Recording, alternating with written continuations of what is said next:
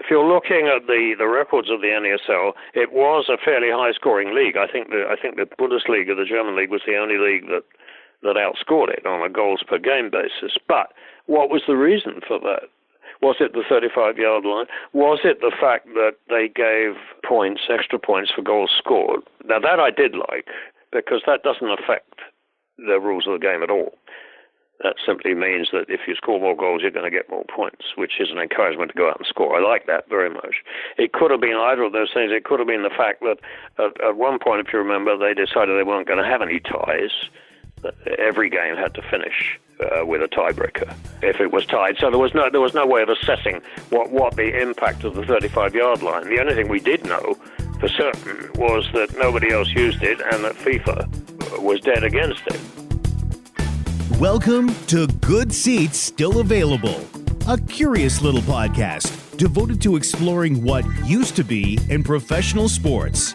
Here's your host, Tim Hanlon. Hi, everybody. This is Tim Hanlon. Thank you for joining me here on Good Seats Still Available, a curious little podcast that's devoted to exploring what used to be in professional sports. Today, we're focused on professional soccer, and there is no better person who is more well qualified to opine on the history of professional soccer in this here United States than the guest we have coming up. His name is Paul Gardner, and he is a longtime soccer journalist, most visibly for a publication that anybody who has followed the sport of soccer here in the United States knows and has probably read a ton of, called Soccer America. And Paul has an interesting history with the sport, coming over from England in the 60s, not even being qualified per se as being a soccer journalist or a journalist for that matter. It's an interesting and fascinating story, yet he is, by all accounts, revered as the dean of soccer journalists in this country, certainly long before covering the sport in this country was even fashionable. And I think you're going to learn some very interesting tidbits from Paul's long career in covering the sport and still going strong in his mid-80s, God bless, here in the United States. Before we get to Paul, I want to thank every one of you for trying us out. If you're new to the podcast, if you are a return visitor, we can't thank you enough for subscribing and rating us and reviewing us on all the great places like iTunes and stuff. You know by now that goodseatsstillavailable.com is the place to go to find out more information about what we're up to, how to communicate with us. You got some suggestions, some comments. You want to follow us on social media feeds. You name it, it's all there. Goodseatsstillavailable.com. And we thank you for your initial support so far. And we cannot wait to get deeper with great guests and conversations in the months to come. So thank you. Stick with us. And we look forward to serving your earbuds with more fun and interesting conversations. Okay, let's not waste any more time. Let us get to our conversation with the legendary, award-winning soccer journalist extraordinaire, Paul Gardner, here on the show.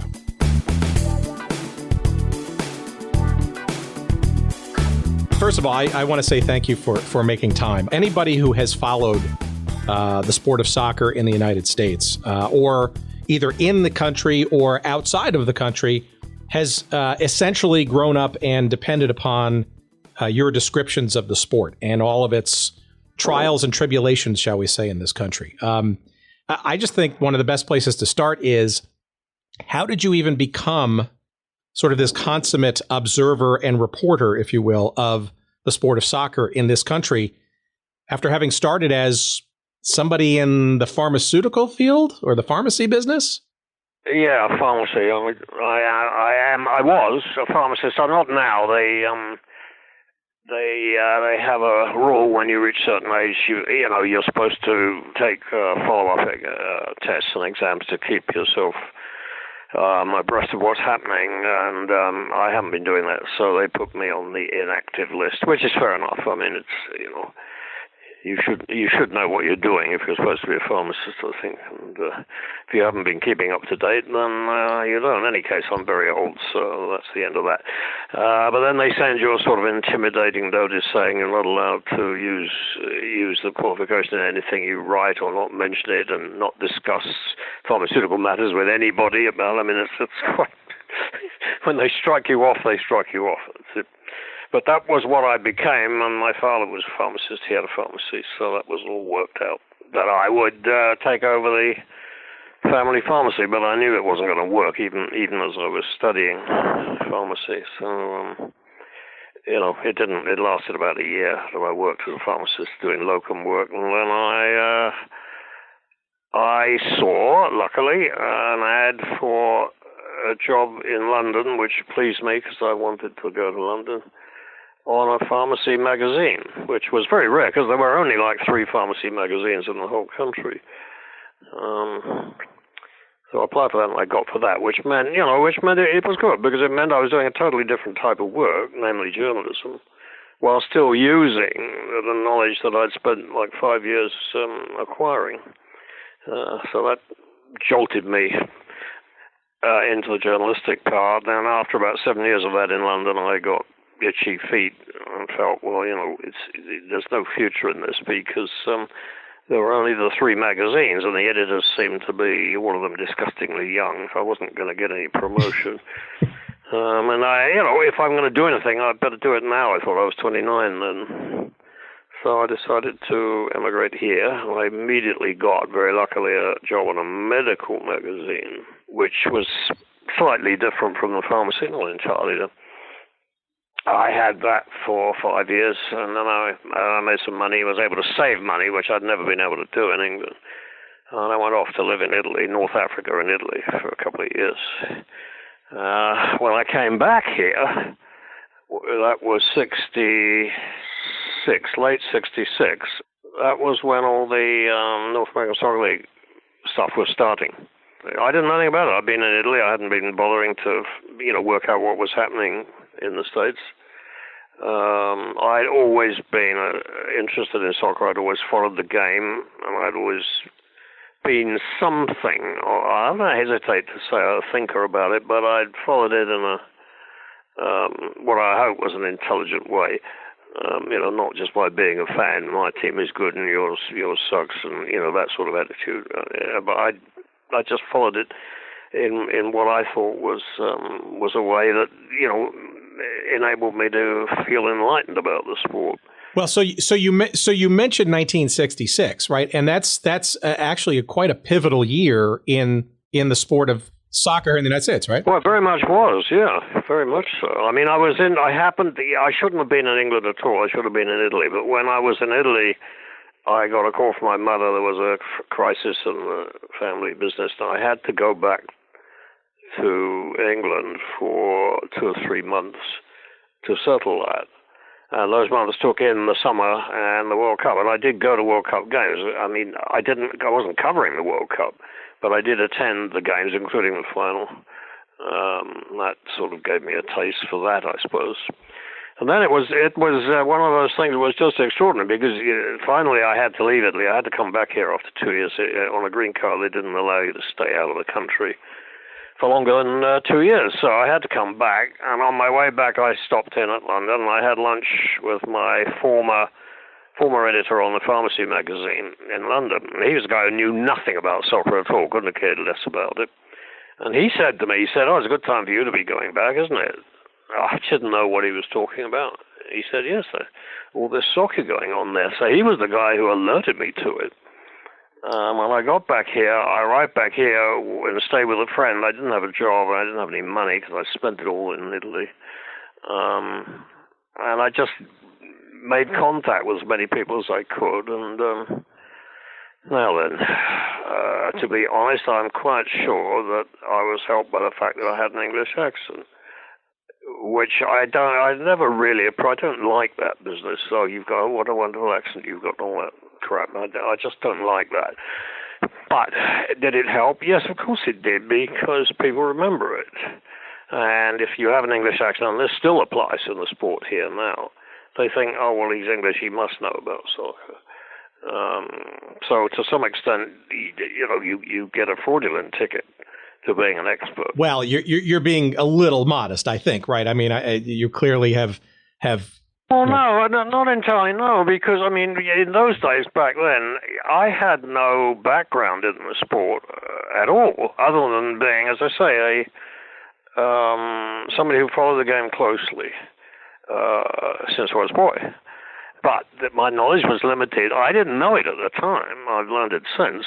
My knowledge was very limited to English soccer. I didn't know much about soccer in the rest of the world, and was probably quite dismissive about it, if the truth be known. The English can get very arrogant about their soccer and their soccer knowledge. They still can, even though they haven't won anything in 50 years. But, when I came back in '66, we just won the World Cup. Damn it, we had to be the best in the world, didn't we? So I imagine I was insufferable. But I was learning all the time, because in England you tend to meet English people. You talk soccer, you're talking English soccer, you're talking English soccer history, you're talking about English players, English teams, and that's it.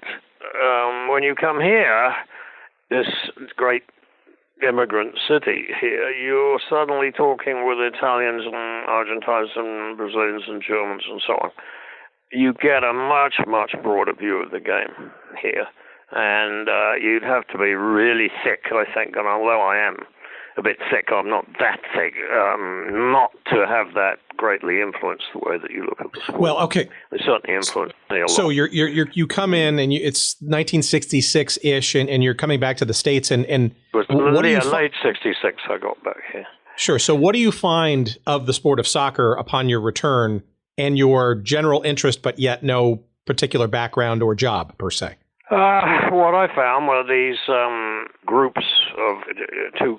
Actually, there were more than two. There were three groups, as I remember originally, who decided, largely on the excitement created by the World Cup that had just finished in England, that they felt the time had come to start a professional soccer league in the United States. And, I mean, it was no secret who they were. The names were all there. And I could get in touch with them if you like, I could call them. And, so to speak, offer my services. And it was a time when where they were really looking for people who did know something about the sport. Mm-hmm. I was still being touchy about what I wanted to do. I didn't know that there was any future for me in soccer in those days. I think I'd have been totally stupid to imagine that there was, actually. But for the moment, it was something that I could do, and I could make a few bucks here and there, and it was enjoyable.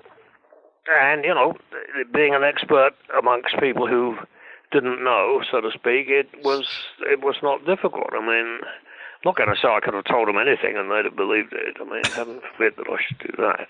But I felt I had a certain freedom of movement in that situation there, because about a lot of the things that they were trying to get themselves involved in and to brush up on and to be knowledgeable about, I did those things. So it was a good time for me. Sure. So in particular, who are you plying your wares with, shall we say? Are these soccer executives? Are these journalists?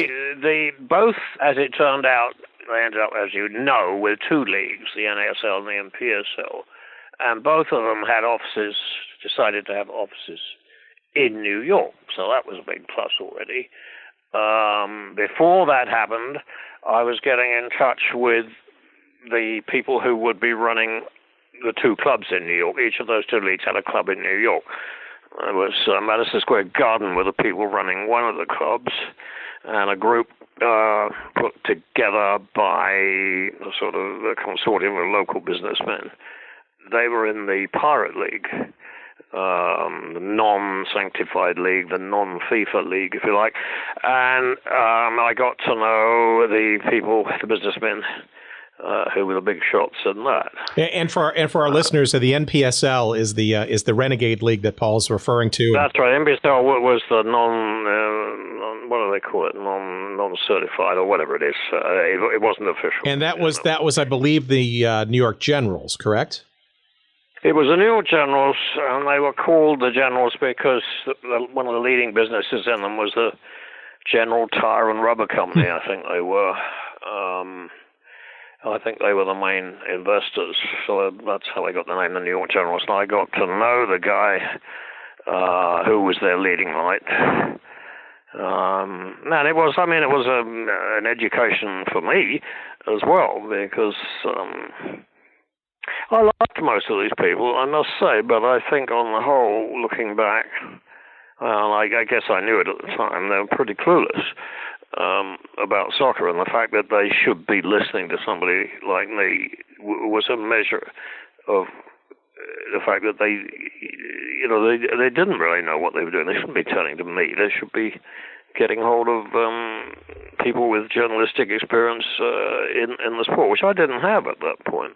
What was the United Soccer Association and I guess it was the New York, I can't remember the name of them, the New York Skyliners, I guess, were they any... The Skyliners were the Madison Square Garden team. And were they any better or more informed? They were Cerro from Uruguay. They brought in foreign teams and renamed them for the period here. And they were the team that FIFA had blessed, so to speak. They were the league that FIFA had blessed. But obviously, there were a lot of questions about it, and I certainly remember questioning at the time. I started writing about the league and its setup and who the people were doing, and sending stories back to London, to the London Observer, which is, called the Sunday newspaper. And I remember questioning in one of those stories that it was doubtful we had room for one pro league and only two. This obviously wasn't a promising start, and you didn't have to be Einstein to work that out, I can assure you. After one year with both of them not doing well, the fans weren't there, the crowds weren't there, and each of them was blaming it on the other, and then they finally decided between them that it was the two-league situation which was killing it off, so they got together and merged. Well, so in your estimation, why was, given that lack of knowledge about the sport, right?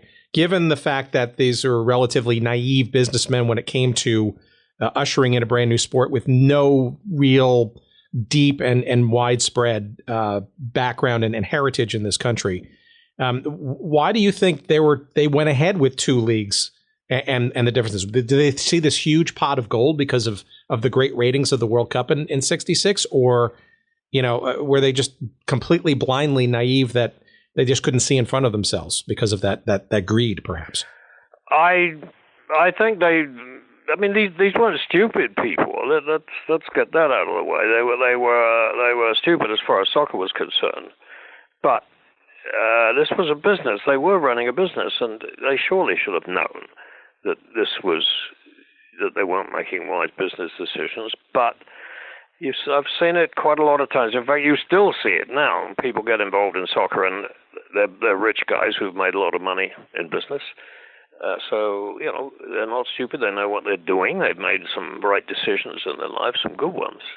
But it doesn't seem to translate into soccer. I don't know whether there's some sort of peculiar virus that gets into them as soon as they get into soccer, or whether there's something that it isn't them, it's the sport itself that just isn't amenable to new thinking, so to speak, because sure as hell was a lot of new thinking. Most of it not applicable to the sport.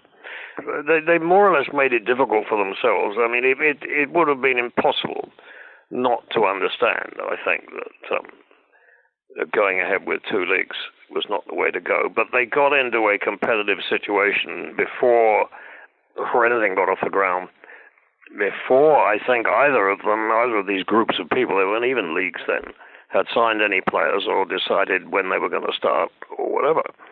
And they were in competition initially to get FIFA's blessing.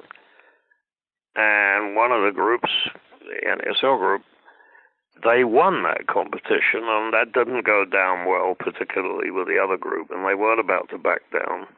In that sense, they were, I guess, being good businessmen. They were going to fight this thing, which they did.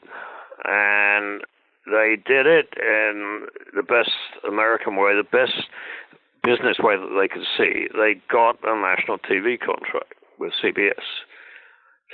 This is the NPSL. The Renegade League, so to speak. Yeah, that's a good word, Renegade Maverick League, whatever it is. The people who didn't have FIFA backing them, they got a contract with CBS, and that, if I remember rightly, they were touting that as the first ever regular season TV contract for games in color in the world.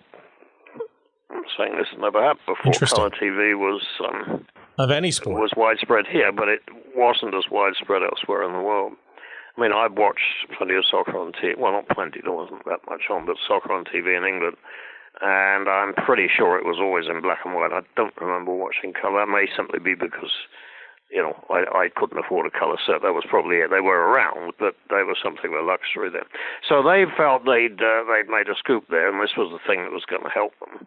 The other league, the official league without the TV contract, were well aware of this, and they were a bit scared by it. But they felt that things would work for them because they were pretty certain that a league that was not acknowledged by FIFA would have enormous difficulty signing any players at all, because all the players that they would go after would be foreign players with foreign clubs, and they would all be within FIFA's jurisdiction.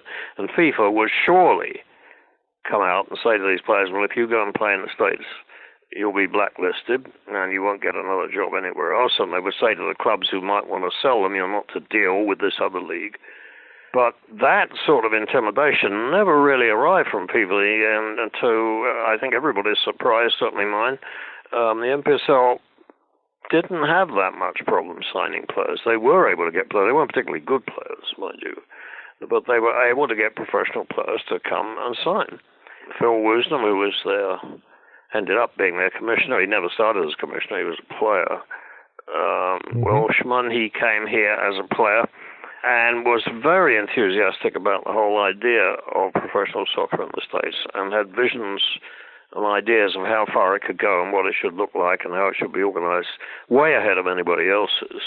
In fact, speaking to him in the very, very earliest of days here, I felt, well, this guy's mad. This is not going to happen the way he thinks it is. It didn't in the end, of course, but it came a hell of a lot closer than I ever thought it would when they started. That's for sure. So when the USA, so we'll move on in a second, but when the USA, the United Soccer Association, 1967 competitor to the Renegade NPSL, when they decided that for a number of, I guess, logistical reasons and startup issues and whatnot, decided to import in lock, stock, and barrel entire teams, did you kind of worry that perhaps the bloom was off the rose before it even popped out of the ground, given that that seems like maybe perhaps a desperate move? Well, that worry was always there, Tim, but I don't think the idea that they were importing whole teams would have been the cause of it. They did that because they weren't ready.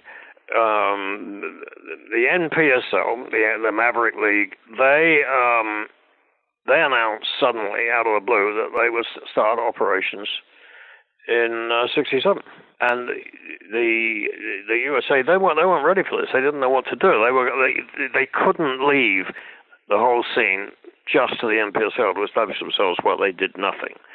They felt that would be the kiss of death. That would be asking for trouble. They weren't organized enough to start signing players, so they opted for this business of taking foreign teams that were already totally in existence from various countries around the world, bringing them here, giving them sort of names that maybe meant something in the cities that they would be playing in, and that they would play. In other words, they would be an operating league with teams, even though those teams would be totally abandoned the following year. Because all the time that, for instance, in New York here with the Skyliners, which was a team from Uruguay, Cerro, all the time they were playing, the Skyliners were busy behind the scenes building up a team made up of their own players they were signing. And that would be the replacement team the following year. That would be the real Scarlet team. Didn't work out that way because of the merger. That cancelled all those arrangements. Well, so let's talk about that. So 68, right? Obviously, cooler heads prevailed, and this North American Soccer League rechristened. Well, I don't know about cool heads. I don't think there were many cool heads, actually. Cooler, yes, I suppose. So, but that arguably was maybe the best shot then, right? Because everybody had come together. You had television. You had all the things basically sort of on one, at least for seemingly one page. But it still didn't go anywhere, now did it? No, it didn't. And you can only say, I suppose, that the country wasn't ready, that's all. You know, when we look back and think about how far the Cosmos got in making this thing a public success, that in itself was pretty remarkable, and it sort of happened out of the blue, really, because the league was going along apparently quite well. But, you know, it didn't show signs of suddenly bursting into a 60,000, 70,000 crowd operation, which it did, all of a sudden, without really any sort of explication. So I mean that really was a major surprise. But as you know, I mean, I'm telling you stuff you know, that didn't last too long. I still don't have an explanation for that. Maybe you do, but I've never been able to work out why that happened like that. Well, before we get to that sort of that explosion, I just kind of maybe so you're now a working journalist here in the United States. You're covering a sport that you love. Well, yeah, but only. I mean, I wasn't making a living. I was staying with a very kind friend, you know, who was basically putting me up for nothing, almost nothing. I was pottering around, going here, going there, talking to these people, getting a job, writing the old story here, doing some, getting to know people, which was important. But there was no way that I could see that I could make a living doing this. I was still looking at other work opportunities. So yeah, I was spending more time, spending quite a lot of time on soccer here, but not making much money. Well, it had to be a little bit dispiriting, given that the actual sport itself seemed to be dying almost right before your eyes as well. So. Well, it was a strange situation. I mean, I'd been involved in the years before, the 5 years I was here between 59 and 64. I'd already made a lot of soccer contacts in those years, but of course they were all semi-pro contacts, because that's all there was in those years. Apart from the so-called International Soccer League that Bill Cox ran in the early 60s in New York. And again, I got to know Bill Cox. I was testing the water a bit. I had this job on a medical magazine, but I spent time trying to convince myself that I could be a freelance journalist and photographer. I was also getting into photography in those days. That I found interesting, but none of that lasted very long. And it taught me, I suppose, quite a lot about how insecure the soccer scene was in this country. There were always plenty of enthusiastic people, but their idea of what would work and what wouldn't work, their ideas never seemed to hold water for very long, and the money always ran out. Certainly. Well, so let's talk about that for a second. So the International Soccer League seems to actually be something, this is obviously a precedent to 1966 in the World Cup and the boomlet, I guess, of the United States interest in the sport professionally. But very few people kind of recognize sort of the role that the ISL played from, 1960 to, I think, 1965. It was basically an international importation of teams in an increasingly, rigid competition setup. Is that right? Yep, that's right. I mean, Bill Cox, who was the strangest of guys, he was, I suppose you could call him an entrepreneur, an impresario. He'd been chucked out. He'd been in baseball with in Philadelphia, but they'd thrown Major League Baseball. They'd thrown him out because I think he was betting on his own team, which was a big no-no. So he decided that, and this, remember, was in about 1960, so well before the 66 World Cup, he decided that soccer would be the next best thing. And when he looked around him, what he could see was that the only time they got big crowds, or even close to big crowds, was when a foreign team came on a tour and played these single game in New York, one in Chicago, that sort of thing. And he decided to build on that. He decided, well, that they need more than that. They need something at stake. They need a trophy. They need to sort of imitate a league during the summer. So that's what he did. He imported, I think his biggest number, I think, was 8 teams, and sometimes they were in two groups of 4. The first group would play, and then they'd go home, and the second group would play, and then the final would be the winner of the second group, and they'd bring back the team that had won the first set and play the final between those two. The thing about Bill Cox was he was another guy who didn't know anything about soccer, but somebody associated with him, and I never worked out who it was, knew a thing or two, because he was able to bring in really very good teams, not the top teams, not your Arsenals and Real Madrids and all those people. They would have been too expensive for Bill anyway. But he managed to get teams just below that level, but they were invariably good teams, and his league had some pretty good soccer being played there. I mean, one example was they brought in West Ham United from England, who. They're a well-known English team, well-known in England, not so well-known outside England, but you wouldn't rate them amongst those top teams with Arsenal, Spurs, Chelsea, Liverpool, Man U. They don't rate up at that level. But what they had, and we saw them in the years before the World Cup, they had Bobby Moore, who was the England captain, they had Jeff Hurst, and they had Martin Peters, who were 3 key players a few years later when England won the World Cup. Absolutely. Which was quite remarkable. And they also had playing a team that came in, Dukla of Prague. I'd never heard of Dukla Prague. I don't know who they were. But they were a very good-looking team, and they had a marvelous young player who scored all their goals, whose name escapes me for the moment. And 2 or 3 of their players ended up on the Czech World Cup team in Chile in 1962 in the final. They lost the final to Brazil, as it happened.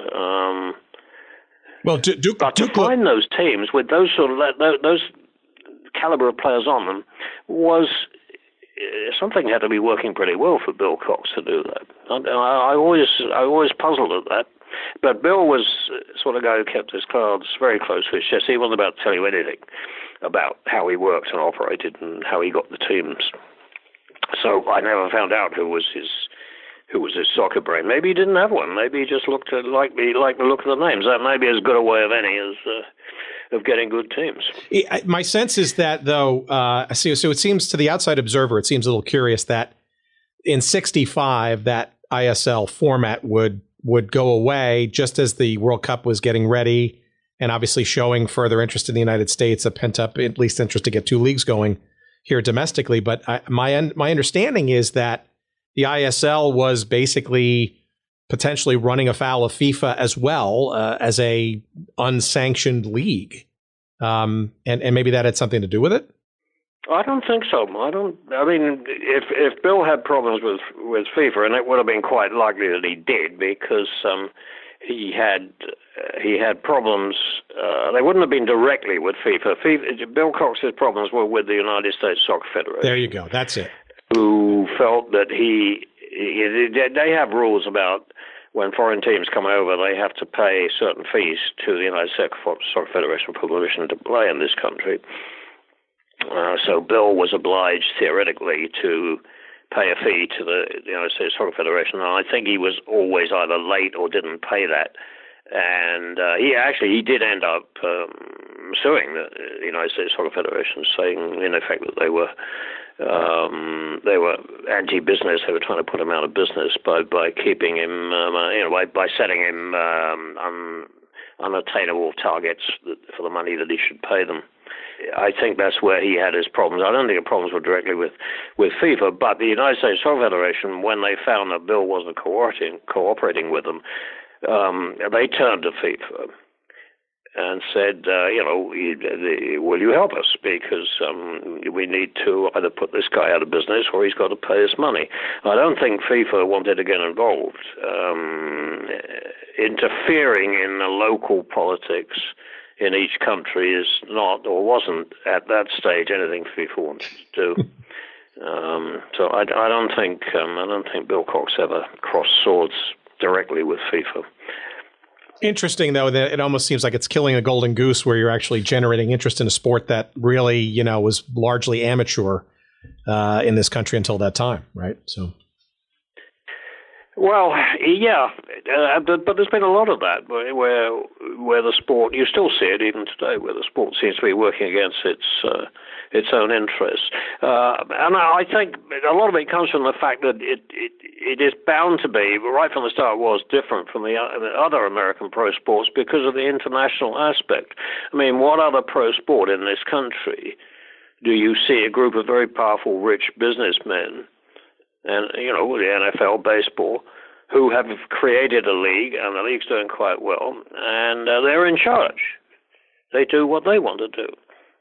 And suddenly along comes this sport here, and you've got a group of rich guys who suddenly find that they're not totally in charge of a situation, that they have to do what a group of, I don't know how you'd say that, I mean, they certainly saw them as sort of stiff-necked traditional conservatives in Switzerland, of all places, that they've got to do what these guys tell them. And these guys are not American. What do they know about the American situation? So it was, and to some extent still is, difficult for Americans, especially those businessmen who were the pioneers in the thing, especially for them to swallow that. They never really liked it at all. They wanted all the time. They didn't understand why they couldn't change the rules of the game if they wanted to. Why would they have to listen to what these foreigners told them?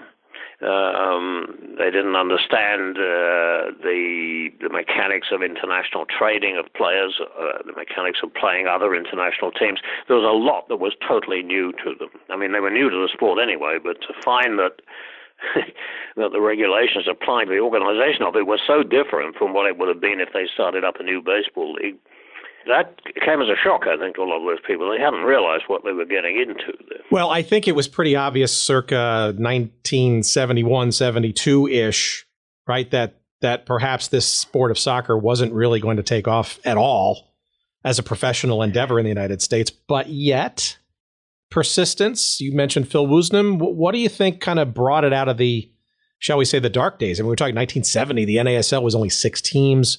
It was truly limping along, and you could argue it was probably this close to collapsing altogether. Well, yes and no, because I mean those were the years that were building up to the sudden explosion of interest around the cosmos, which of course affected the rest of the league as well.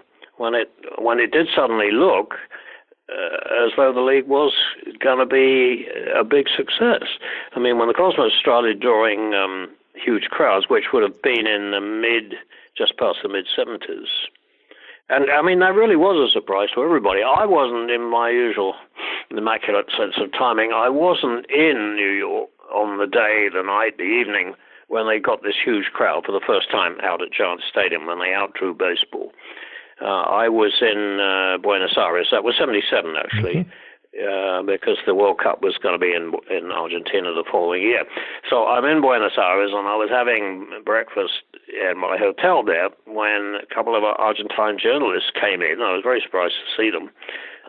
They weren't staying at my hotel, that's for sure. And they wanted to question me. They said that soccer, football, was outdrawing baseball in New York. And here's a report to prove it. A crowd of 68,000 or something had turned out at Giants Stadium. Now, I had a lot of experience by that time in not trusting reporting on soccer matters in the United States. And I told them, that's got to be wrong. Forget it. There's something wrong with that. Don't pay any attention to that. So I put them straight. But of course, it was true. It was perfectly true. There had been this incredible crowd, which I found out soon enough. And when I got back to New York, that's when those 2 or 3 years that followed, that's when the league really blossomed and did for a short period, thanks largely to the Cosmos. But other clubs did well. Started drawing crowds anyway. I don't think anybody was making any money, But the league looked like it was flourishing. Sure, but you were not ignorant to the massive comet that was Pele's signing in 1975, right? And the slow build, or actually interesting, buzz building that occurred, 75, 76, and then the move to Giant Stadium in 77. But even you, though, were still surprised that 60, 70,000 would actually hit, even though it was Pele's last year. No, I was amazed because, and I think everybody was. I mean, I haven't met anybody who would tell you, oh yeah, we saw that coming. I don't think anybody did. I think anybody who tells you he did is probably lying. I was totally unprepared for that. As I told you, I explained to my Argentine friends that couldn't be, but it was. I suppose the Pele signing had helped matters. It's difficult to assess what effect Pele had exactly on the growth of the sport in this country. On the field, I mean, he didn't turn out to be the sort of spectacular guy who scored 10 goals in every game, which I think is what a lot of people were sort of looking for somehow. But that didn't happen. He did get a lot of publicity, that's for sure. He got on talk shows and his name was around and people knew who he was, and maybe the first time that they'd ever been conscious of the name of any soccer player. He wasn't being popular because he was a dynamite soccer player. He was getting popular because he earned a lot of money, because he was arguably the most famous athlete in the world. I think he was. I don't think he was arguably in this country. It was arguable because everybody would have said, no, it's not Pele. Muhammad Ali is the number one international sports star. I don't think that was ever true. I think Pele would have won that competition by a country mile. But he got that sort of celebrity attention, which, that would have started setting the groundwork for what happened, I suppose. Looking back, I suppose a number of things came together because the celebrity side of it did help. And the people who were running the Cosmos, the Warner Brothers, were ideal people to take advantage of the celebrity people who were coming along. They had showbiz connections all over the place. They had political connections, and they had plenty of money.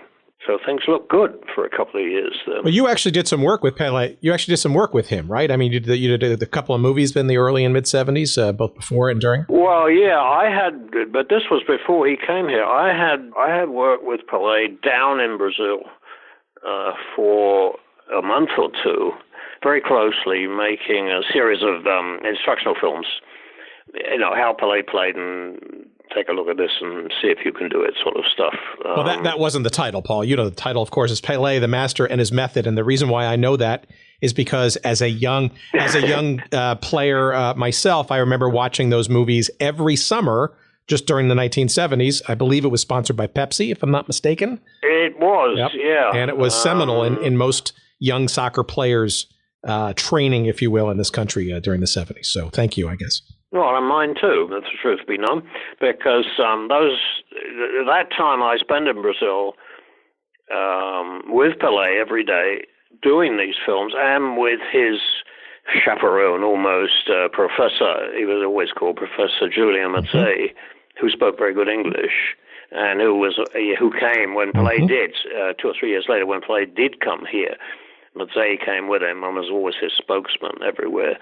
Those two, between them, taught me so much about Brazilian soccer, about which I had known not nearly enough, let's put it that way. And that was another way in which I felt, that a bit late in my life, admittedly. I mean, when this was into the 70s. I was in my 40s by now.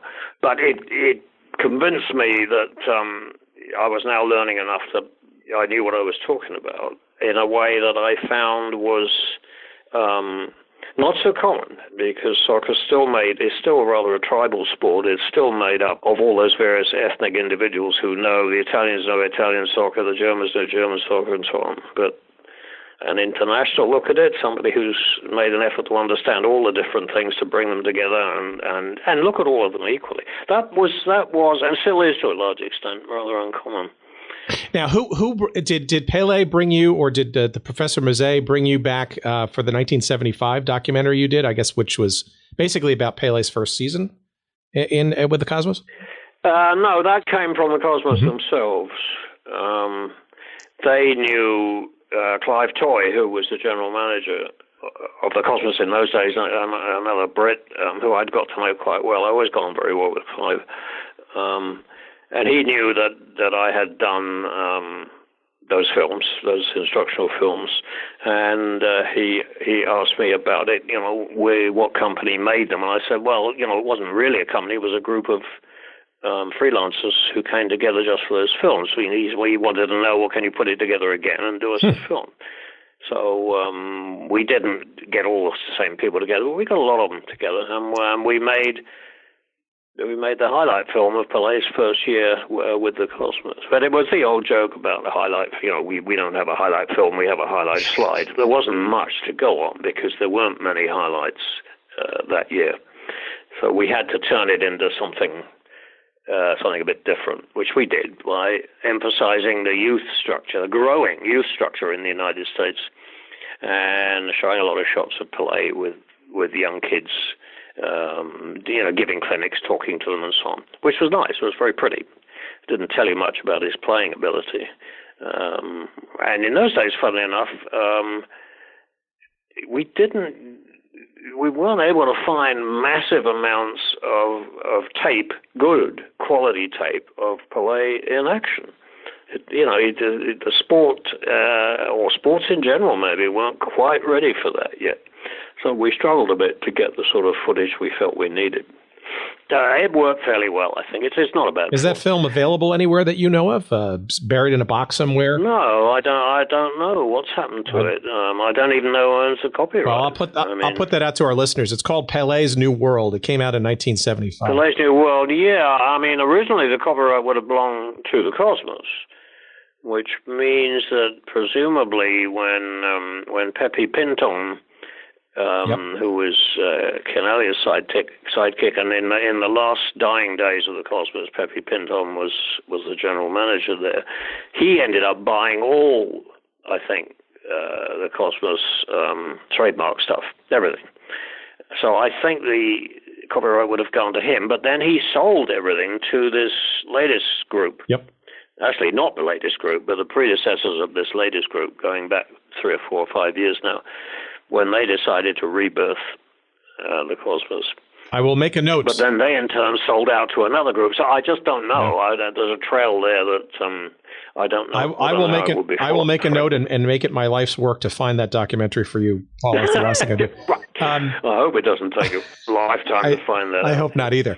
All right. So let me say a couple of other just interesting tidbits because, in the mid 70s and late 70s, you actually became a national presence on television, network television, as basically the lead color commentator for North American Soccer League matches. How did that come about? Almost by accident again, I think. I had been... Phil Woosnam called me one day and said, in his blunt Welsh way, do you want to do a book? Well, I had never done a book. So I thought about it. It was a Sports Illustrated instructional book on soccer. They didn't have one. They had, the Sports Illustrated had a series on all sorts of sports, including some quite obscure ones, but not soccer. So they wanted to do one. They'd approached Phil, and they said, if you feel that's beyond you, find yourself a writer, and the two of you can do it. So I said yes. So we worked on that book together. It wasn't a big book. But it meant that I worked pretty closely with Phil. It meant I had to spend a lot of time going down to his office in Midtown Manhattan. He was a strange. Phil was a strange guy because he was very easy to work with some days, and on other days it was absolutely impossible. I don't know whether that was what's now known as bipolar disorder or whatever, but he certainly to me, he seemed to have manic depressive turns. More than once I felt like walking out on the whole thing. I never did. We finished it. The book got published, but it allowed me to get pretty close to Phil in many ways. And again, one day I got a call from him, and he said it was pretty pretty well known by that time that the league was negotiating with ABC. He said, I want you to come down here now. We're going through some of the technical requirements to do with soccer and telecasting the game. That's all he told me. So I went down there and I sat in on a meeting about, how you should televise soccer and how many cameras and all this, that, and the other there. And that, as far as I knew, that was it. It was just a bit of technical expertise, which, again, I didn't really have a great deal of. I had been doing television work at a lower level before then.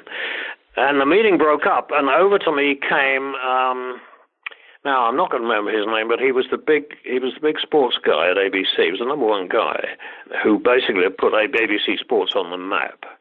Rune Arledge? No, it wasn't Rune Arledge. Anyway, it doesn't matter. He was the top guy, and he came over to me and he said, "Were you thinking that when we do the telecast that you might be employed on them?" And to me, it sounded like a question of saying, that the next line was going to be, "Well, if you're thinking that, you must be out of your tiny mind." So I said, no, I wasn't thinking that at all. And he said, "Well, I think you should." And that's all he told me. So I stood to this day. I don't know whether Phil called me down there for the genuine reason that he said, and that this guy was looking at me for another reason, but it worked out that they did offer me the job. So I must have impressed somebody there, I suppose.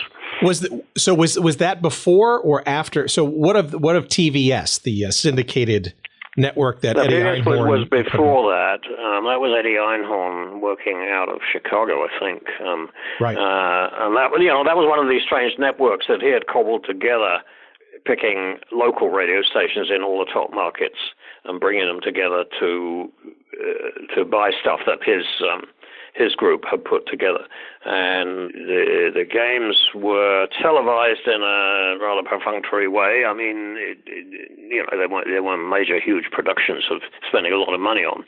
But for me, it was a pretty good experience. I got to travel around. I got to meet a lot of people. I got to know a fair amount about television. I got to know how not to trip over the wires and how not to say shit on air and, that sort of stuff. I found that I always enjoyed doing that.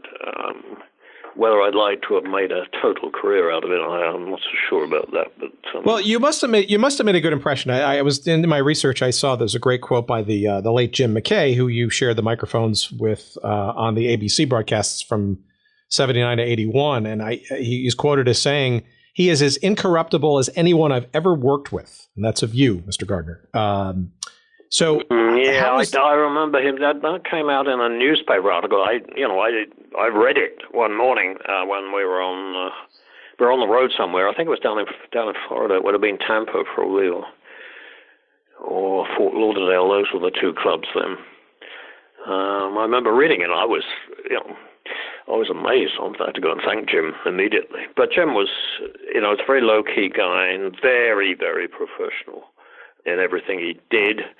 It was one of those guys who admitted he didn't know anything about the sport, and he would turn to me to find out about it. Now, I've met over the years hordes, hundreds, thousands of guys who don't know anything about it, so and are willing to admit it, and they say, no, you're the expert, you tell us. But a lot of those guys turn out to not know anything about soccer this week, but next week they know everything.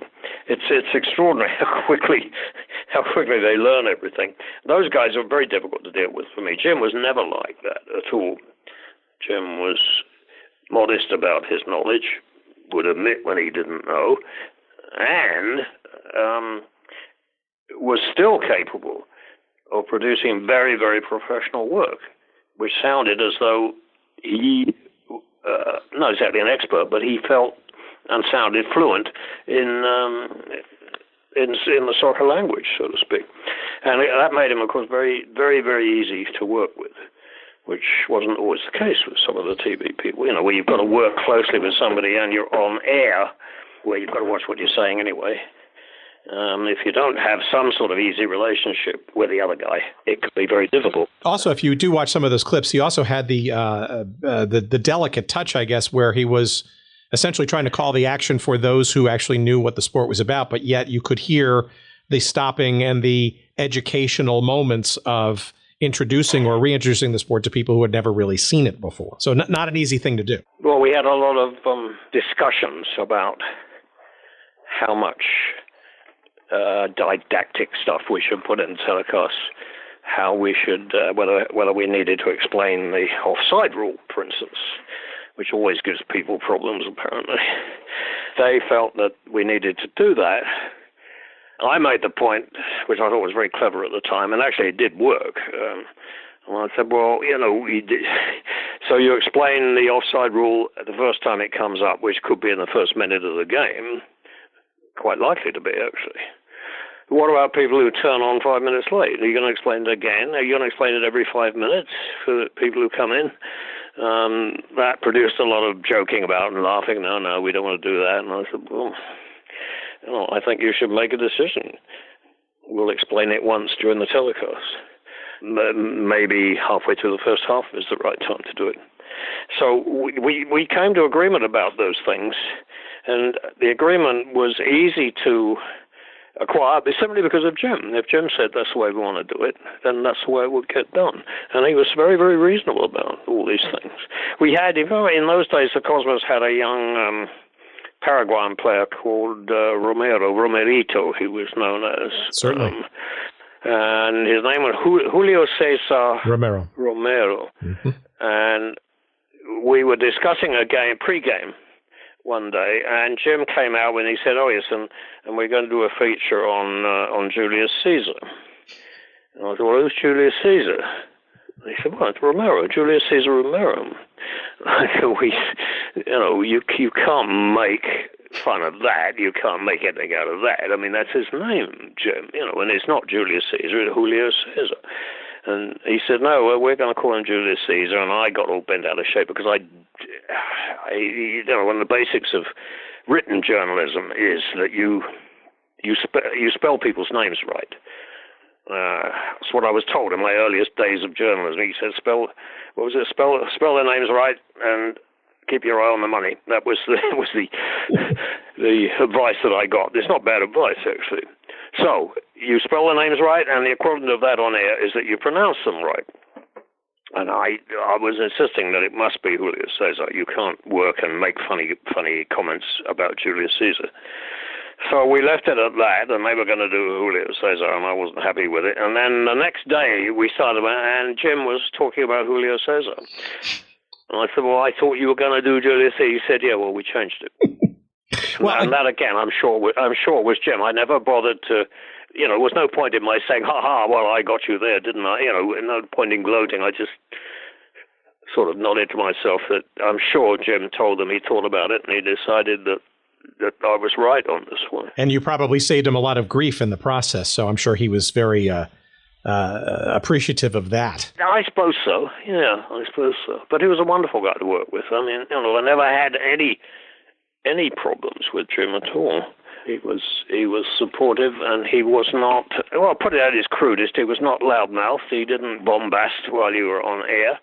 He didn't talk you down. It was just very, very pleasant. Very pleasant indeed. Well, there's some great broadcasts that you guys did together, including that 1979 playoff marathon between the Cosmos and the Vancouver Whitecaps, which some say was the sort of the greatest sort of game ever played in the NASL. That's debatable, but well, it might have been. It seemed to go on forever. I think it went to what they had then, the mini game, didn't it? Mini games, a couple of shootouts, but you've never really been a big fan of the shootout, right? No, I hate the shootout. Now that you mention it, yes. Do tell. I don't like it at all. Why not? In any form, either in the sort of straightforward penalty kick form or in the rolling shootout, which is what the NASL had. I don't like it for a very, very simple reason. That is that well, let's get rid of the rolling shootout first. I particularly dislike that because it was something that nobody else did. I didn't think that we should be doing in our league, we should be employing something which nobody in the rest of the world was employing, because that made us different in some ways, and I didn't think that was the way to go. I thought we should be rather carefully trying to be like every other club in the world. But, that was my personal opinion. FIFA evidently had the same view because they didn't like it either. But the argument against both of those shootouts is that they're add-ons. They come at the end of the game. In other words, you've played an overtime game, which is 90 minutes plus 30, so you've played 2 hours of soccer and you've been unable to come up with a result. And now suddenly you're going to say, well, you can forget those 2 hours because we're now going to have a shootout. And this is what the result depends on. So now the game itself, the 2 hours that have been played are dismissed. They don't count for anything. What counts now is simply this little rigmarole with running forward with the ball and trying to beat the goalkeeper, which means that you can play for the shootout. In other words, you can, if you're the weaker team, you feel you've got a chance of winning the shootout. But the shootout theoretically is a 50-50 thing. Mm-hmm. If you can defend enough and basically frustrate a good team, let's say the Cosmos, for the overtime game, once you've done that and kept the score tied, 0-0, 1-1, whatever, you're now into the shootout, and you're going to feel that you've almost won the game because you've managed to hold this team, and now you're on level footing with them. And that did not make for a good game. That really ruined the 2-hour game that preceded it because you were playing so defensively. I felt that any tiebreaker that should be used should be one that worked during the 2-hour game. And what I always recommended, and still do recommend, is that you count the corner kicks. Because if you're counting corner kicks, they start the minute the opening whistle for the game goes. Mm-hmm. And if, as you approach the 90-minute mark, you've still got no score, but your team has notched up 15 corner kicks, and my team has only notched up 10, mm-hmm. There's no point in my continuing to be defensive. I'm losing the game. So I've got to get down your end of the field. And this is in the regular game. And I feel that a tiebreaker of that sort would promote a much better game leading up to a situation where you would get a result, you'd probably get goals, and you wouldn't need this ridiculous rigmarole of the shootout. So how about the NASL had some other nuances to it. So what about the 35-yard line as the offsides line? How did you take to that? Did you think that helped add offense? No, I'd say it's the same thinking, Tim. We were playing a game that nobody else in the world was playing. I didn't think we should be doing that. I mean, if we wanted, or if the NASL wanted its teams to play against international competition, it didn't make sense to be playing a game which they would not be able to play when they played international games. The 35-yard line was a Phil Woosnam invention. He was very proud of it. He said that the idea was that a lot of the stadiums in the early days, were football or baseball stadiums where they had to squeeze a soccer field in, and a lot of the fields were narrow. In other words, by narrow, I mean less than 70 yards wide. They were down to 68, and so one of them, I think, was even much narrower than that. And that concentrates the players together, and it made, according to Phil, it made the offside calls became far too frequent under those circumstances, and he felt that by having a 35-yard line at each end of the field, created a whole area in the middle of the field where basically you couldn't be offside. Which allowed players to move around much more freely, whereas with the standard rule, you can push all your defenders up to the halfway line, and it means that anybody running behind those defenders has got to time his run very carefully, or otherwise he's going to be offside. And that's a whole half of the field that you're calling offside. And if it's a narrow field, it becomes even easier for the defenders to catch players offside. So Phil had that idea. He also felt it would create more goal scoring. We never knew the answer to that because they had other changes at work as well. If you're looking at the records of the NASL, it was a fairly high-scoring league. I think the Bundesliga, the German league, was the only league that outscored it on a goals per game basis. But what was the reason for that? Was it the 35-yard line? Was it the fact that they gave points, extra points for goals scored? Now, that I did like, because that doesn't affect the rules of the game at all. That simply means that if you score more goals, you're going to get more points, which is an encouragement to go out and score. I like that very much. It could have been either of those things. It could have been the fact that at one point, if you remember, they decided they weren't going to have any ties. Every game had to finish with a tiebreaker if it was tied. So there was no way of assessing what the impact of the 35-yard line. The only thing we did know for certain was that nobody else used it and that FIFA was dead against it. I mean, FIFA approved it on an experimental basis and then apparently forgot about it, forgot that we were using it until somebody drew their attention to it. And this was after it had been in use for 5 or 6 years. And then FIFA got on their high horse and got in touch with the United States Soccer Federation and told them that they had to tell the NASL that they'd got to stop. I think that point system. I could see your points on the 35-yard line, but I think the point system is a relatively benign way to encourage more attacking soccer, which I know is certainly something near and dear to your heart. Well, yeah, I think so. I mean, I can't see any objection to it at all, really. Do you know what the objection that was given to me by a lot of people was? Oh, yes, but you're saying, what are you saying? You're saying 1 point for a goal, but only up to 3 goals.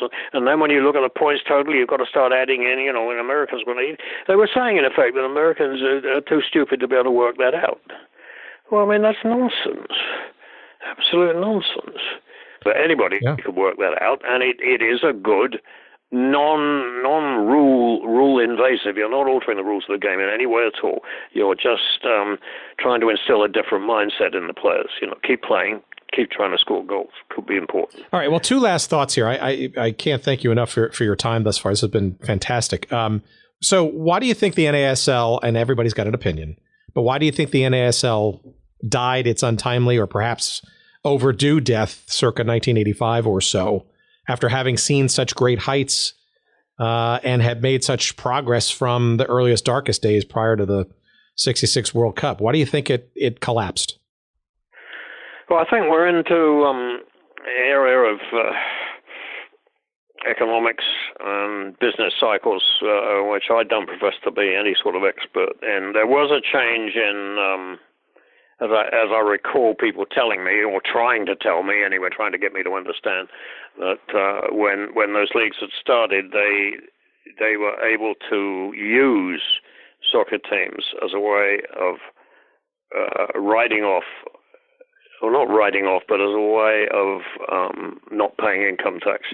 In other words, if they didn't spend the money on the soccer league, it was going to go to tax of one sort or another. So it was an encouragement for them to be involved in another enterprise, which in a way was not draining away too much money. It was draining away money which they were going to have to pay in tax if they weren't careful. That rule apparently was changed in some way, which meant that they couldn't write these losses, and every team was losing money. Even the Cosmos were losing money. No, I don't think any team made money here. Maybe Seattle did a bit. So it was important. If what I'm saying is true, then it was important that suddenly it wasn't so attractive to the businessman as a tax write-off, if you like. That's a very interesting theory. I've never really heard that before, but it certainly makes sense, especially if you take into account what the Cosmos went through, right, with their Atari division, Warner Communications. I mean, that was a huge sinkhole financially for Warner, and that arguably is, probably one of the major reasons why they spent less time and money on that team circa 82, 83, and that didn't help the league writ large either. No, we got wind of all that stuff going on there. These were fringe, as far as the soccer element was involved. These were fringe areas at one time. I mean, I'll admit I didn't pay much attention to them, because I wasn't interested in them. I didn't understand them anyway. But every so often I would run into Canalia and he would give me a gloomy assessment of what was going on at Warner Brothers. He pretty much knew, I think, that the writing was on the wall. Never actually came out and said something like that, but he would say things like, "Oh, it doesn't look good for soccer," and all that sort of thing. So something something in the business circle, in the business world, was certainly not helping. It wasn't a good time to be trying to promote or sustain a new league in a new sport. Life has suddenly become very difficult for them, and certainly a lot of the owners had got into it expecting to get rich quickly, and all you had to do was put these teams, without really thinking about what those teams were, put them on the field, and the fans would come. And the sights that they saw in pictures of games and films from virtually all the other big countries in the world, huge stadiums full of people, that would be repeated here. When it didn't happen that way, and it didn't happen that way, in fact, it never really happened that way, not on a league-wide basis, when they realized that not only were they not making money now, but they couldn't see any financial light at the end of the tunnel. So many of them, the guys who told you the previous day were in this thing for the long haul, they wanted out. And so they got out. Initially they got out and other owners came in, but I think as that process went on, the quality and the depth of pockets of the new owners who were coming in got more and more shaky. So that by the time 1984 came around, when the league was dwindled down to about half a dozen clubs, it was pretty obvious that you were left with, Lamar Hunt was certainly the owner who stuck with it longest. Stuck with it, in fact, to the point of being the owner of the Dallas team in this league, in the MLS now. He's been around, well, he's not around now, but his son is. So the Hunt family has been involved for a long, long time in this and has vowed to keep with the sport and has done that. Nobody else, to my knowledge, has done that. And, as business decisions, I'm not going to say I respect them, and respect is not a word I would use under these, but I certainly understand them. That's what you have to put up with. So I think the business climate got turned hostile to the whole idea. Not hostile to soccer as such, but hostile to this business of trying to sell this new sport to America. Nurturing it and investing in it. From a soccer perspective, do you think the rise of this indoor soccer game in the early 1980s and the more exciting and fast-paced and high goal scoring kind of thing, did you give any credence to that helping decimate, if you will, or bring about an earlier demise of the outdoor game? I don't think it helped, but I think the outdoor game was, by the time the indoor game started to make inroads, and they were signing up the outdoor club's players, so that didn't help. But I think the outdoor game was on the skids before that started, and I think the indoor game, I wrote about it once. I called it the cuckoo sport that had been fostered in the nest of NASL, and it ended up turning out the NASL clubs, throwing them out of the nest, and making a sport of its own. I never particularly liked indoor soccer, but again, I couldn't help but understand that there were so many people around by that time who had jobs of one sort or another, still did have in his dying days with the NASL, who would have been completely out of work. But the MISL, Major Indoor Soccer League, that gave them work. Even though some of those people involved knew that this wasn't really soccer, and they were a bit ashamed of doing it. There was an Irish player that we had here. I forget which club he played for in NSL, and I was pretty friendly with him, and we used to have conversations about it, and he became an indoor player suddenly. And I remember calling him saying, what's this indoor soccer? I never thought it would be you. And he said in a very quiet sort of Irish way, well, I haven't told my father yet. It was frightened to tell him that he was playing indoor soccer. That's the sort of attitude that was around in those days, because virtually all the people, obviously none of them had grown up with indoor soccer, really hadn't existed. They'd all switched to it later in life. It didn't help the NASL situation, but I don't think that was the key thing. I think the key thing was the business climate was suddenly wrong. That the league had been going on for how long did it last? About 12 years, something like that. 68, 78, 84. What is that? 16 years, whatever. After all that time, there was still no light at the end of the tunnel, and I think they'd run out of investors who were willing to commit under those circumstances. So. Well, all right, let's wrap up with one maybe nice bow-tied, gift-wrapped question. Since you have seen the rise and the fall and the rise again, and the maturation of the sport in the United States, perhaps unlike any other sports journalist in the country, and we now have a league, a Division I pro league, and I would argue even a quite successful and well-rooted series of, well, at least at the Division III level, minor league system. It seems a little bit more stable, certainly. But we also have a professional Division I league now that is approaching the same amount of teams. I think by next year or two, you're going to be at 23, 24 teams, where the old NASL sort of peaked, shall we say. Do you see any similarities or dissimilarities to the rise, the fall, and then the rise again, and then the dramatic fall again of the NASL? Are there any lessons there for MLS, do you think? Or do you think it's just different this time? Well, MLS has made it. I mean, I've never gotten them to admit this, but I'm quite sure they did. Made some sort of agreement amongst themselves that they would not repeat the mistakes of the NASL. And one way to not repeat those mistakes was not to employ people who had worked in the NASL.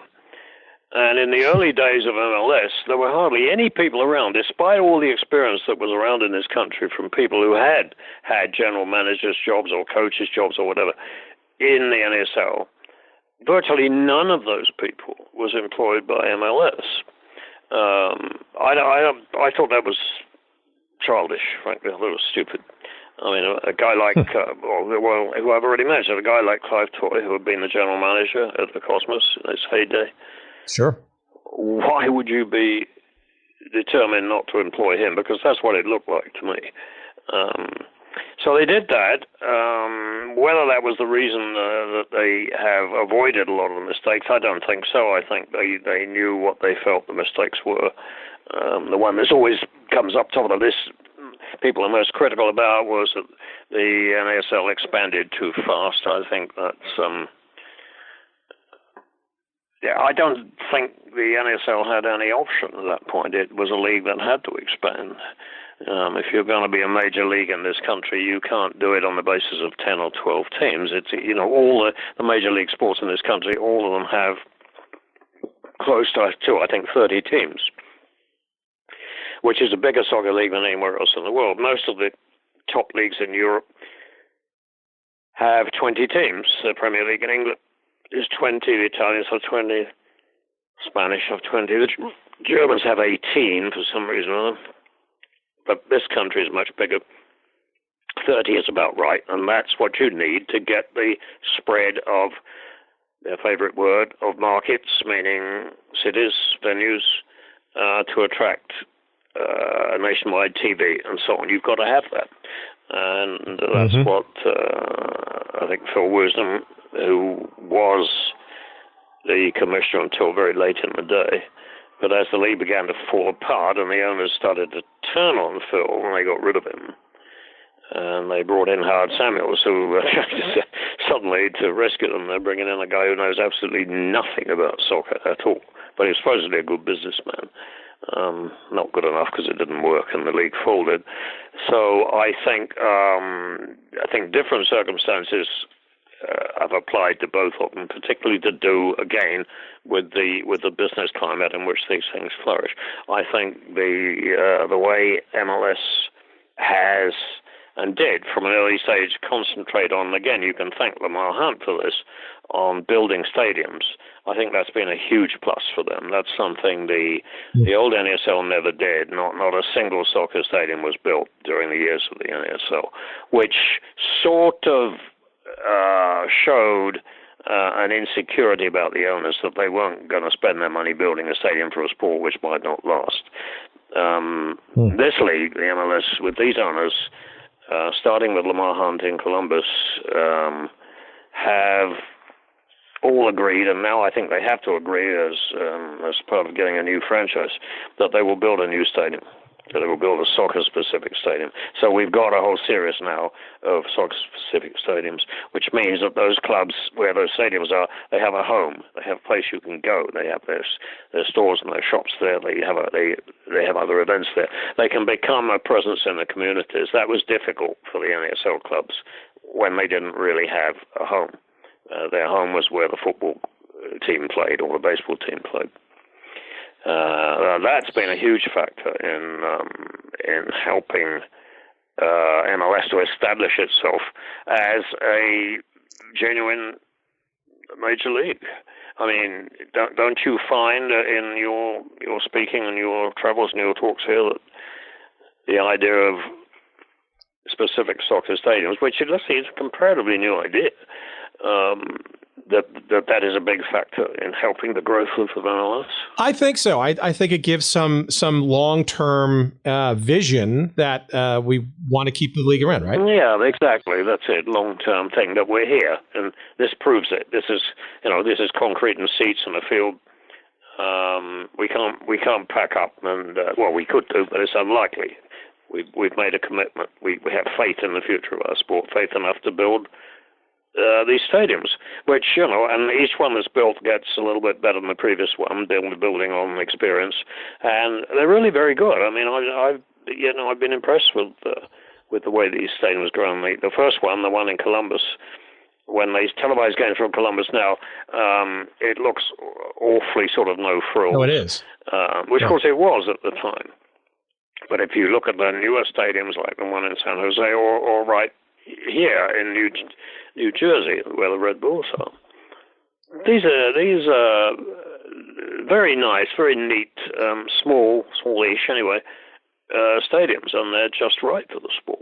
So I mean that is something they've done extremely well, and it simplified their own problems too, because as long as they were using particularly baseball fields, scheduling games to avoid having to vacate the stadium, in fact, because the baseball team was playing there, made scheduling problems enormous for the old NASL.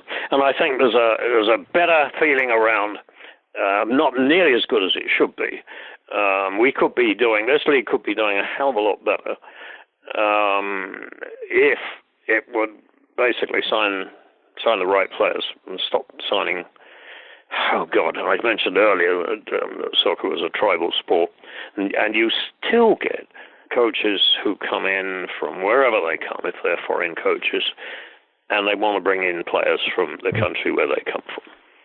Does this make any sense? Frankly, no, it doesn't.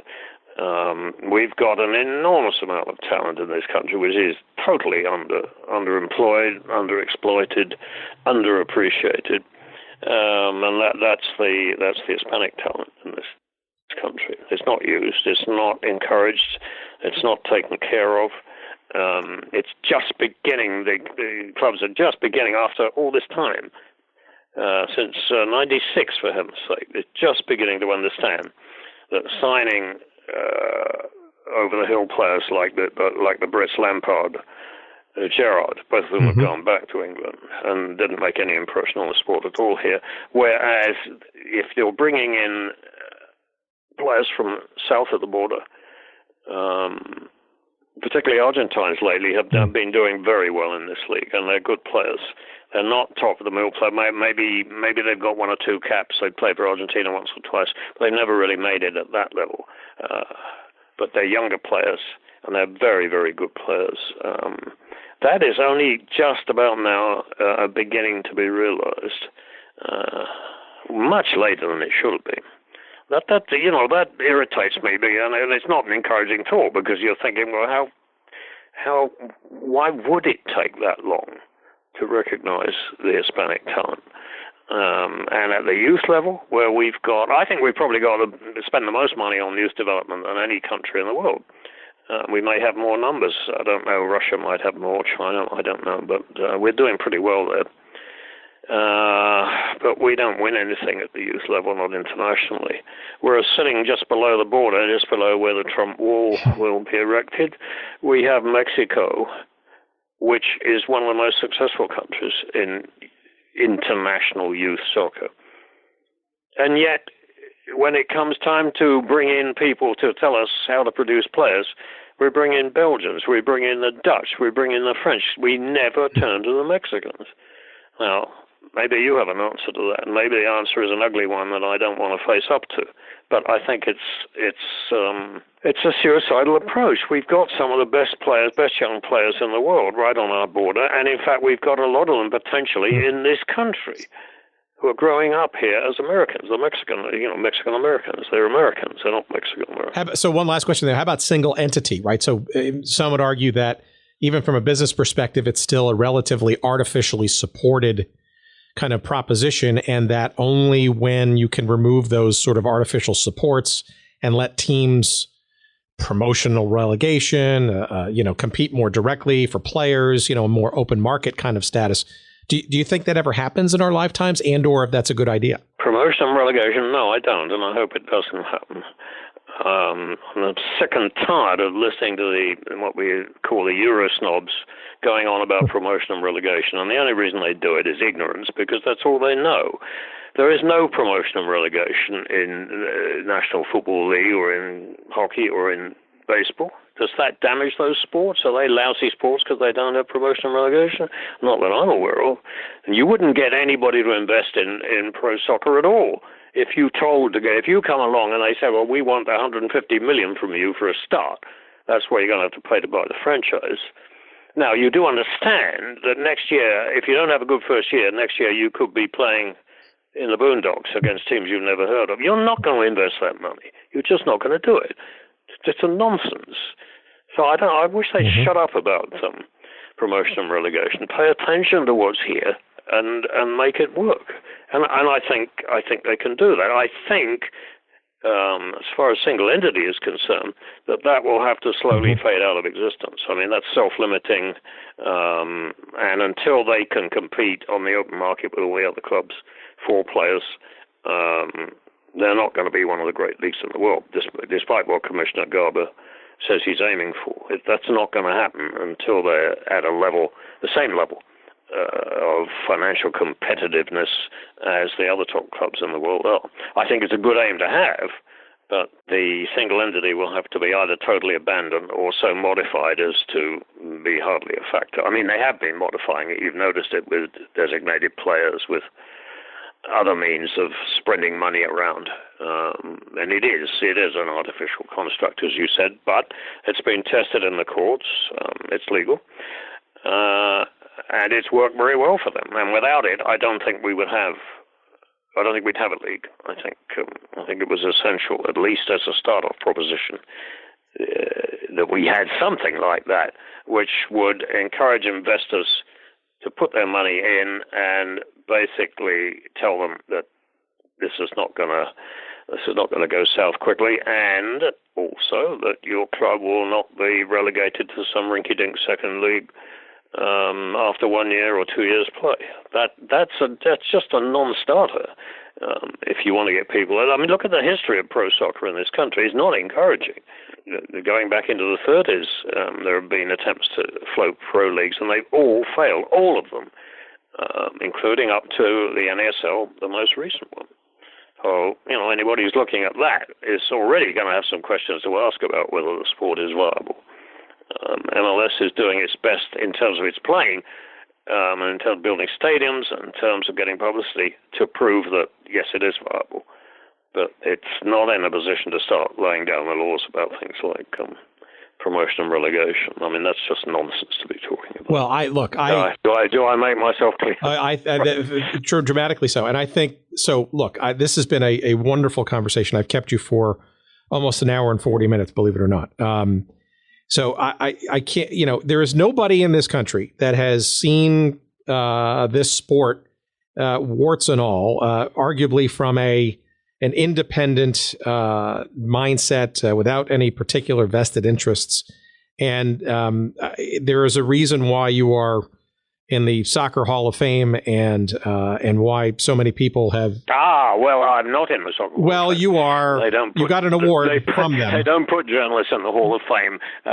People are telling me, well, you should object to that, but I don't object. I don't think journalists should be in the Hall of Fame. Maybe they should have their own Hall of Fame, but not one that not one that elects players and coaches and builders and all that. Journalists are supposed to be independent of all those people. So I'm not unhappy with that. I won whatever the award is called, the Colin Jose Award. Which is essentially the Hall of Fame equivalent for journalists and scribes. Well, the Hall of Fame is involved in it. They do the selecting and all the rest of it, but you're not actually inducted into the Hall of Fame for that. And you don't get the red blazer. So there is the headline, everybody, as you're listening all the way to the end of this episode. Paul Gardner is modest. He doesn't think he belongs in the Hall of Fame, but he is really upset about that red blazer that he does not yet have. So perhaps, absolutely, yeah. That means I've got to make do with the old gold blazer from ABC, or the blue one I had for NBC. I never got one from ESPN or TVS for that matter. I did an ESPN college game years and years ago, and ESPN was just starting then. They'd been in touch with me, and they said, yes, the game, we're doing it from Delphi University out on Long Island, and you turn up at 10 o'clock in the morning, and it's a double-header. And I said, well, okay, what do I wear? Expecting they would say, well, don't worry, we'll have a blazer. And they gave me elaborate instructions as to what I should wear. And when I arrived there, one of the first things that happened was that one of their guys came up to me and said, oh, let me pin this on you. And he had a lapel pin in his hand, which was about the size of a large fly, and he pinned it onto my lapel, and it said ESPN, and that was it. And when the telecast was over, the first guy to appear in front of me was the same guy to reclaim the ESPN pin. Couldn't even give you the pin. So you can see how far they've come in the meantime. Paul Gardner, thank you so much. You've been a tremendous guest, and I look forward to hopefully staying in touch and potentially swapping some more stories, maybe in person someday. My goal is to have some in-person interviews as we move along here, and perhaps if you're willing to suffer it. Okay, Tim, listen, I appreciate it. Thanks for having me on the show, and good luck.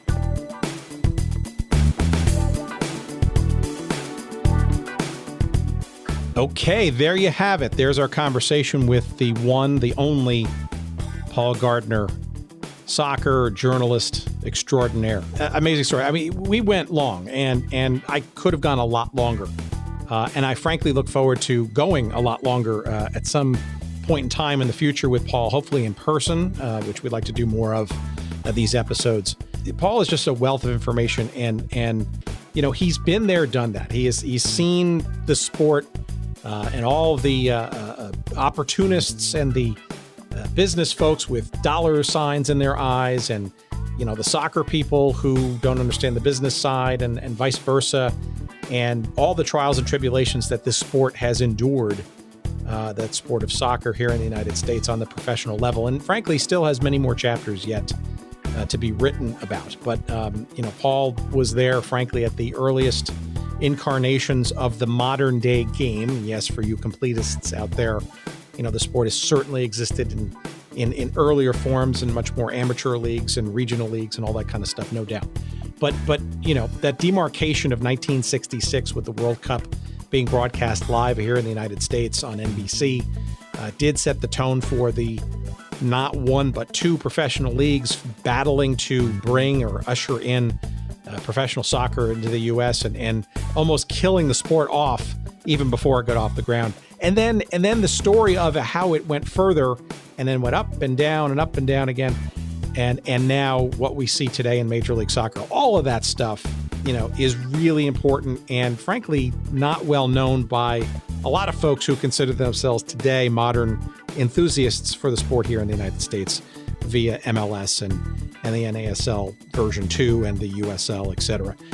So frankly, without the stories and the ground laying of the old NASL and its progeny and its predecessors, Major League Soccer and its ilk would not be around today and as successful and thriving as it is today. So that's why we do some of the stuff we do here on Good Seats Still Available. Thank you for joining me. GoodSeatsStillAvailable.com is the website. Go check us out. Follow us on Twitter and Facebook and Instagram, all those great places. Send us an email. whatever you want. We're here for you, and we can't thank you enough for listening. We'll see you soon on the next episode. Take care, everybody.